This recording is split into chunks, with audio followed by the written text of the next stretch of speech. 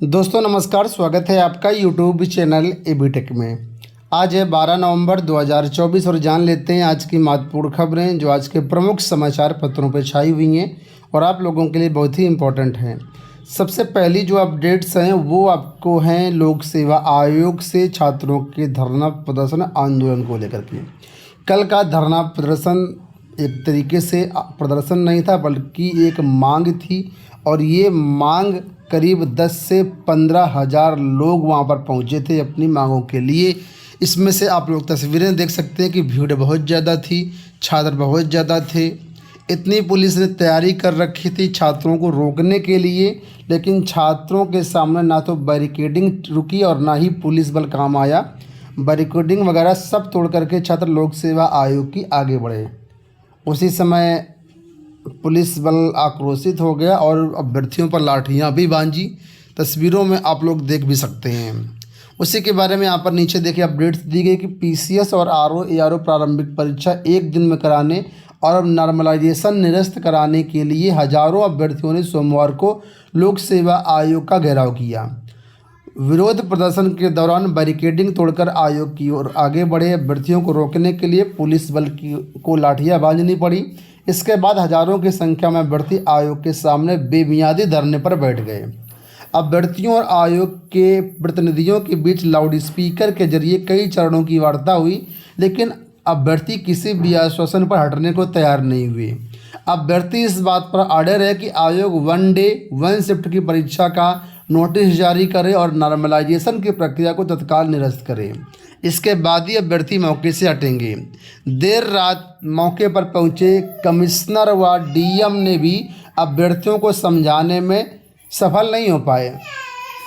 आयोग की ओर से 2 दिन में परीक्षा कराने के फैसले का विरोध करते हुए प्रतियोगी छात्रों ने 11 नवंबर के आंदोलन की घोषणा पहले ही कर दी थी। ऐसे में सोमवार की सुबह से ही आयोग परिसर तक पहुंचने के हर रास्ते पर बैरिकेडिंग लगा दी गई थी। बड़ी संख्या में पुलिस फोर्स के साथ आरएएफ की तैनाती की गई थी, लेकिन अभ्यर्थियों की संख्या उम्मीद से कहीं अधिक हो गई। सुबह 11:30 बजे आयोग की ओर बढ़ रहे हजारों अभ्यर्थियों ने देखते ही देखते बैरिकेडिंग तोड़ दी। तो कुल मिलाकर के यहाँ पर तस्वीरें कल की जो है बहुत ही भयावह हो रही हैं। काफ़ी छात्रों की पिटाई भी हुई है, कई लोगों को गिरफ्तार भी किया गया था और यहाँ पर जो है तस्वीरें आपके सामने हैं ही। ये अभ्यर्थी सारा दिन डटे रहे, इसके साथ ही रात भर भी डटे रहे। तस्वीरों में आप लोग देख सकते हैं रात 12 बजे का ये सीन है जहाँ पर डीएम और कमिश्नर पहुँचे थे वार्ता के लिए, लेकिन छात्रों ने किसी की बात को नहीं सुना। छात्रों की सिर्फ एक ही मांग है कि एक दिन में परीक्षा हो, नॉर्मलाइजेशन की प्रक्रिया ना करनी पड़े। यहाँ पर देखिए कुछ तस्वीरें हैं जहाँ पर लिखा गया है कि सड़क पर 11 साल बाद प्रतियोगियों का ऐसा हुजूम। 2013 में ऐसी भीड़ लोक सेवा आयोग पहुँची थी। 2013 के बाद से दोबारा 2024 में यानी 11 साल बाद ऐसी भीड़ देखने को मिल रही है। यहाँ पर कोई नेतृत्व करता नहीं है, हर छात्र अपनी लड़ाई लड़ रहा है। आयोग और छात्रों के बीच गतिरोध बरकरार है। अभी तक छात्रों का कोई भी जो है एक आश्वासन नहीं मिला कि परीक्षा वन डे में कराई जाएगी, नॉर्मलाइजेशन हटाया जाएगा। लोक सेवा आयोग खुद हिम्मत नहीं कर पाया तो उत्तर प्रदेश गवर्नमेंट के ट्विटर हैंडल से, फेसबुक पेज से ट्वीट कराया गया कि ये चीज़ें हैं, लेकिन उस पर भी अभ्यर्थी सहमति नहीं हुए और आज भी ये आंदोलन चलता रहेगा। लोक सेवा आयोग ने कल ये भी तर्क दिया कि ये जो भी गाइडलाइन बनी है वो छात्रों के मांग पर ही बनी है। छात्रों ने कभी नहीं मांग किया कि परीक्षा 2 दिन में कराई जाए या नॉर्मलाइजेशन की प्रक्रिया अपनाई जाए, लेकिन आयोग का कहना है कि छात्रों की मांग पर ही हमने कमेंटेबल जो ये चीज़ें की हैं और अब आगे लोक सेवा आयोग इसमें अभी पीछे हटने को तैयार नहीं है। इसके साथ ही कल सपा और भाजपा के 2 नेताओं के बीच भी यहाँ पर कुछ तीखी बहस देखने को मिली, जो कि तस्वीरों में आप लोग देख ही पा रहे होंगे। और इसके साथ ही कांग्रेस ने भी इसका समर्थन किया।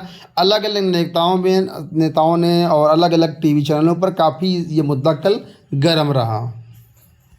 प्रतियोगी छात्रों ने भी नारा दिया है कि ना बटेंगे ना हटेंगे। धरना स्थल पर हजारों की संख्या में बांटे गए आंदोलन के पर्चे, लहराता रहा तिरंगा और आज़ाद भगत सिंह गांधी जी की तस्वीरें।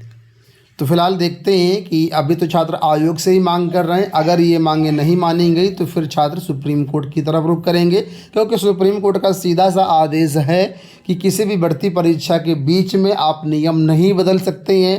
तो जाहिर सी बात है, अगर छात्र सुप्रीम कोर्ट गए तो फैसला छात्रों के हक में ही आने की पूरी उम्मीद है। लोक सेवा आयोग ने यह भी कहा है कि अभ्यर्थियों की सुविधा के लिए बदलाव हुआ, अगर कोई इससे बेहतर फार्मूला है तो हमको बताएं, हम उस पर देखेंगे।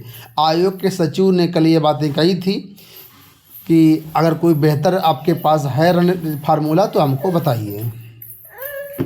यहाँ पर भी प्रभात खबर में आप लोग देख सकते हैं कि पीसीएस व समीक्षा अधिकारी सहायक समीक्षा परीक्षार्थी के लिए छात्रों का हजूम, और यहाँ पर तो कुछ तस्वीरें आप लोग देख पा रहे होंगे।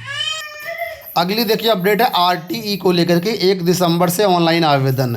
आरटीई के तहत गरीब बच्चों के निजी स्कूलों में दाखिला की प्रक्रिया अप्रैल में नया सत्र शुरू होने से पहले पूरे हो जाएंगे। शासन ने आवेदन से लेकर सत्यापन, लॉटरी व दाखिले की तारीखें जारी कर दी हैं। आरटीई में चयनित छात्रों को स्कूल 29 मार्च तक आवंटित होंगे। दाखिले के लिए ऑनलाइन आवेदन 1 दिसंबर से लिए जाएंगे। पहले चरण के लिए आवेदन 1 दिसंबर से 19 दिसंबर तक लिए जाएंगे। 24 दिसंबर को लॉटरी निकलेगी। 27 दिसंबर से दाखिले की प्रक्रिया शुरू हो जाएगी। तो आप लोग जानते होंगे आरटीई का मतलब होता है राइट टू एजुकेशन, और इसके तहत जो गरीब बच्चे होते हैं उनका एडमिशन शहरों के कॉन्वेंट स्कूलों में होता है, जहाँ पर मुफ्त शिक्षा दी जाती है। तो अगर आपकी नॉलेज में कोई ऐसे बच्चे हैं तो आप लोग इसका फॉर्म भरवा सकते हैं। CHSL की Tier 2 परीक्षा 18 नवंबर को प्रवेश पत्र जारी कर दिए गए। कर्मचारी चयन आयोग की ओर से CHSL 2024 की Tier 2 परीक्षा 18 नवंबर को होगी। इसके लिए यूपी और बिहार के 6 शहरों में 41 केंद्र बनाए गए हैं। प्रवेश पत्र जारी कर दिया गया है, तो जो भी अभ्यर्थी हैं देख लें और उसी के अनुरूप अपनी तैयारी करें। चलिए अगली अपडेट्स देख लेते हैं। तो यहाँ पर देखिए अपडेट्स हैं कि शिक्षकों से लिया स्कूलों का विकल्प समायोजन का अगला चरण स्थगित है। तो प्रदेश में जून से चल रही परिषदीय विद्यालयों में शिक्षकों की जिले के अंदर समायोजन की प्रक्रिया अपने अंजाम तक पहुंचती नहीं दिख रही है। बेसिक शिक्षा परिषद की ओर से शिक्षकों से विद्यालयों का विकल्प मांगा गया था। इसकी आखिरी तिथि सोमवार को थी और आखिरी दिन वेबसाइट ही नहीं चली। दूसरी तरफ समायोजन प्रक्रिया के अगले चरण को स्थगित कर दिया गया है।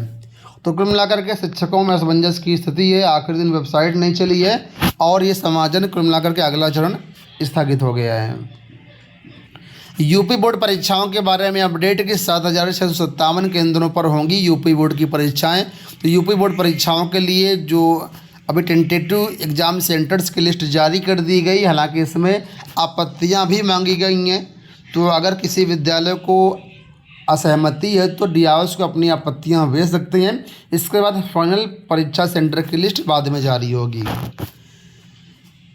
यहाँ पर देखिए एक बड़ी महत्वपूर्ण अपडेट है कि भर्ती परीक्षा के प्राप्तांक RTI के तहत निजी सूचना नहीं। हाईकोर्ट बॉम्बे हाईकोर्ट ने सोमवार को कहा कि सार्वजनिक पदों की नियुक्ति प्रक्रिया पारदर्शी होनी चाहिए।